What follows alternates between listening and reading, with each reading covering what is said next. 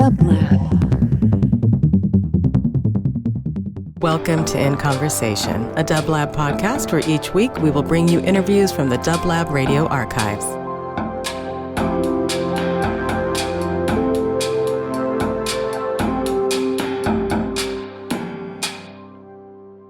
We'd only done a few tiny gigs, so we were very inexperienced, but so full of enthusiasm and ideas and exploring different musical styles. And so that record was kind of different from any of the others we did, really, because it was exploring all the various possibilities, possible futures we could have as a band. And it's interesting how it ended up being a very influential record, I think, for a lot of different bands who picked up different aspects of the record and developed them. It was very much like a cult thing, and I think it was a kind of very much like an art school crowd who were coming to the shows at first. And so it being the early 70s, the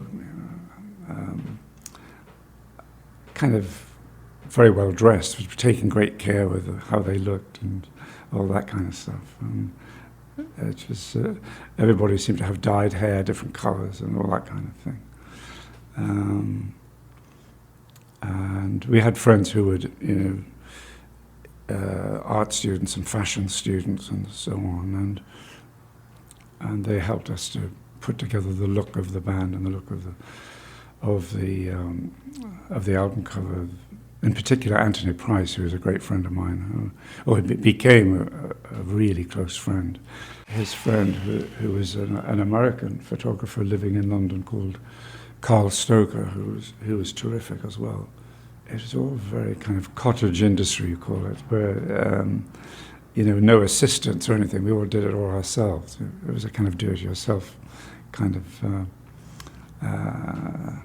thing, kind of with the music and with the look of the thing too. And that's how I met Brian Eno, was because he had a tape recorder.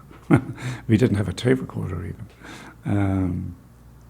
And Andy Mackay said, I know this guy who is into electronic music and he's got a tape recorder. And I said, oh great, let's get him to come over. Eno came with this huge German heavyweight tape recorder, which he could hardly carry, and set it up, and he recorded some of the things we were doing, and then he got involved fiddling around with Andy Mackay's sort of one of the early synthesizers called a VCS3, and from that night onwards he stayed with the band,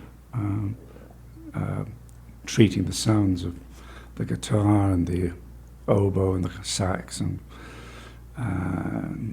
we pursued all these interesting textures and sounds and stuff, which was we wanted to be kind of experimental, but at the same time we kind of wanted to do that with tunes and with interesting lyrics, and the lyrics to begin with were very primitive, but they got better as the first year developed. And so by the time we made the second album, For Your Pleasure, I was really getting into the wordplay and image conjuring that you can do with words in song. And it's extraordinary how different the second album was from the first, and how much we learned in that first 6 months. In every Dream Home a Heartache, really, and Do the Strand, and Editions of You. I like performing those ones to this day, and they're in the set we've been touring around, because I like singing the words, and they're sort of character songs, and I never get tired of performing those ones. There were so many great saxophone players that I listened to over the years, and it's a big part of my music life, listening to sax and using it in, on record too. First with Andy Mackay, then people like Dave Sanborn. But I've been a Charlie Parker fanatic, devotee since I was 10 or 11 years old. So I love that sound when it's played well. Charlie Parker with strings, which is, it's a kind of a record that some jazz people don't like because I think it's too mainstream. But since he's kind of, he seems to be flying and floating over the strings that play on that record, and it's actually his favorite record, I believe. It was his favorite record, and he felt he'd done something really different, which he had, and plays such beautiful standards. I still have the 78s that I bought at that time, which were kind of a mixed bag of like Fats Domino, Little Richard, early Elvis, and very important, the Ink Spots records that my Auntie Enid gave me. She was a big fan of the Ink Spots, and Nat King Cole, people like that, crooner type singers. I was just trying to be, I guess, prove how versatile we could be on that first record.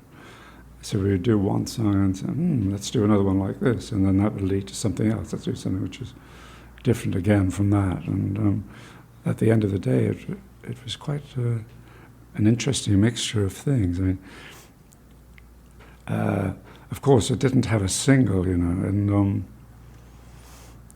that was the only complaint that the record company had when we presented it to them. And they didn't even know, they didn't complain, they just said, there's nothing really for the radio. And so they said, do you have anything else? And I said, well, there's a song that I'm sort of nearly finished writing, which we then went and recorded, and after the album had come out in England. And that was called Virginia Plain, and that became a sort of a record they could play on the radio, and lo and behold, we were kind of driving up the freeway in England and going to a gig, and suddenly we heard this single being played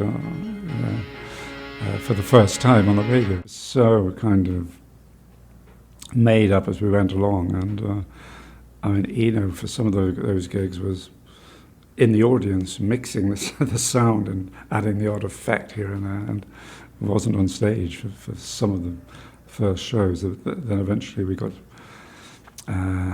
someone to mix the sound. Actually, we got Phil Manzanera, who later ended up playing guitar. And the very first shows, he was mixing some for us, and consequently learnt the songs. And at the next set of auditions that we did for a guitarist, he sailed through and became the guitarist. Well, the interesting thing about this special edition that's coming out in November of the first album is that we have a remodel that we did for the BBC, which actually is, I think it's quite good. It's a different version. Can't Let Go, which actually I wrote when I was living here in the mid-70s, in a street called Questaway up in Bel Air, and I mentioned that in the lyric, and they were kind of quite wild times for me, and I wrote that song here in Los Angeles, but then we recorded it in Switzerland, that whole album called The Bride Stripped Bare, which is actually one of the best records I've ever made. And it was the first time I ever worked with any American musicians. I usually always work with people from either in Roxy or I'd done by then I'd done a couple of solo albums with people like Chris Spedding and all English session players and so on, and who are great musicians. But I was really keen to work with a couple of people from out here. It's a song we never used to do on stage until this year, really. And partly because nobody could really play it well enough. And but this band have really got it down. And Georgia Chalmers, who plays saxophone, she really nails the solo. She's great. She's been with me for about 7 or 8 years, I think. She was classically trained at the Sydney Conservatoire in Australia, and she's a really good player on all of the saxes, but her alto tone is very, very good. And the original solo, of course, was done by David Sanborn, and she recreates that beautifully with her own thing on it as well. And the guy who played bass on the original record, Neil Jason from New York, he is in the band on this tour, and he's fabulous, and he really is the reason we were able to do that song on the tour, because he just gets the swing of it. It's all details, you know. It's all in the detail. I love the sound of Aretha. She's great when she sits at the piano and plays and accompanies herself. And yeah, she's a classic, great voice and great pianist. And when you get the two things together, it's quite magical. Huh? When I was a student, and I famously hitchhiked down to London, which in those days we didn't think was a big deal, but it would take many hours of hitchhiking to get there from Newcastle in the north of England, depending how many kind truck drivers there were in the vicinity. You know? And I went down to see the Stax Review with Otis Redding, Sam and Dave, Eddie Floyd, Steve Cropper, Booker T, all those incredible musicians from the Stax label who were touring, and it was shortly before Otis Redding died, so I was very lucky to see that, and it had a huge impact on me. I remember when I was much younger, 11 or 12, going to see Jazz at the Philharmonic, which was a kind of touring band with kind of Ella Fitzgerald and Dizzy Gillespie and various all-star jazz players, you know, and that was pretty incredible. I was kind of blown away by that, and it was like all these moments are very important. Oh, and the same year I went to see Bill Haley, actually, that was the first rock and roll tour of Europe. The Bill Haley band, which was kind of rockabilly, really, but it was the first kind of beginnings of rock music, you know. He was very popular at the time with records like See You Later, Alligator, Rock Around the Clock, and so on. That was the first cover I did of anything, I think. And it was the first solo single, and it was, that album, which was called These Foolish Things, was it was a great record to make. It was after the second Roxy Music album, For Your Pleasure, and I remember I was feeling burned out by the writing, and I thought I'd really like to make another record straight away, and as a cathartic experience, you know, and so I did. I thought, well, it'd be nice to just choose some songs that I really thought were kind of influential to me and interesting, and put them all together in the way that people, Sinatra and Crosby and so on, all the big singers of the 20th century, really, and Elvis, they weren't songwriters as such. They were performers, interpreters.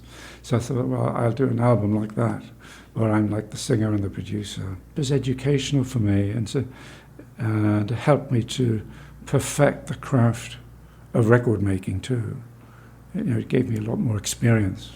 So I felt I was kind of learning all the time, every time I did a new track for a new record. So, and it might have annoyed some of my hardcore fans, however, who liked the esotericness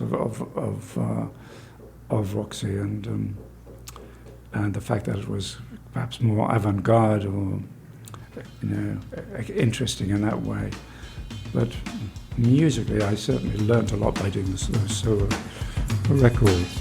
Todd Terje is a Norwegian DJ and producer, and very clever, very good musician, and very successful now, especially in Scandinavia. And he did some remixes for us for I think it was Love Is the Drug and Don't Stop the Dance maybe, and they were very interesting remixes, and which is all part of the fashion nowadays that you give your tape to somebody and they do an alternative kind of take on it, which is quite fun to hear what they do with it. And so he came over to London and thought, oh, it'd be nice to do something from scratch together and do a track. So we did Johnny and Mary, because that was a Robert Palmer song that I'd always liked, and I thought it was a beautiful song, I thought, and quite a mysterious song. I like songs that have an element of mystery about them, and it certainly had that for me. And so we did it obviously in a different kind of style. We did these kind of outfits which were kind of, on the one hand, sort of based on a kind of retro and some looking back to the 50s a bit, maybe, but also a bit sort of science fiction looking too, and that seemed to go with the time. It was like, it was after Flower Power, everything had moved on, and it all become very sort of urban and kind of more hard-edged. It must be very hard as each year goes by for new bands to find a new sound, because there's been so much music since 1960. I mean, there's been a lot of music with guitars turned up and loud and stuff. So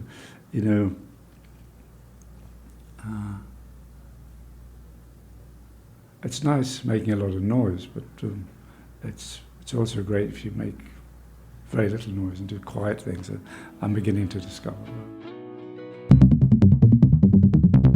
Dub Lab.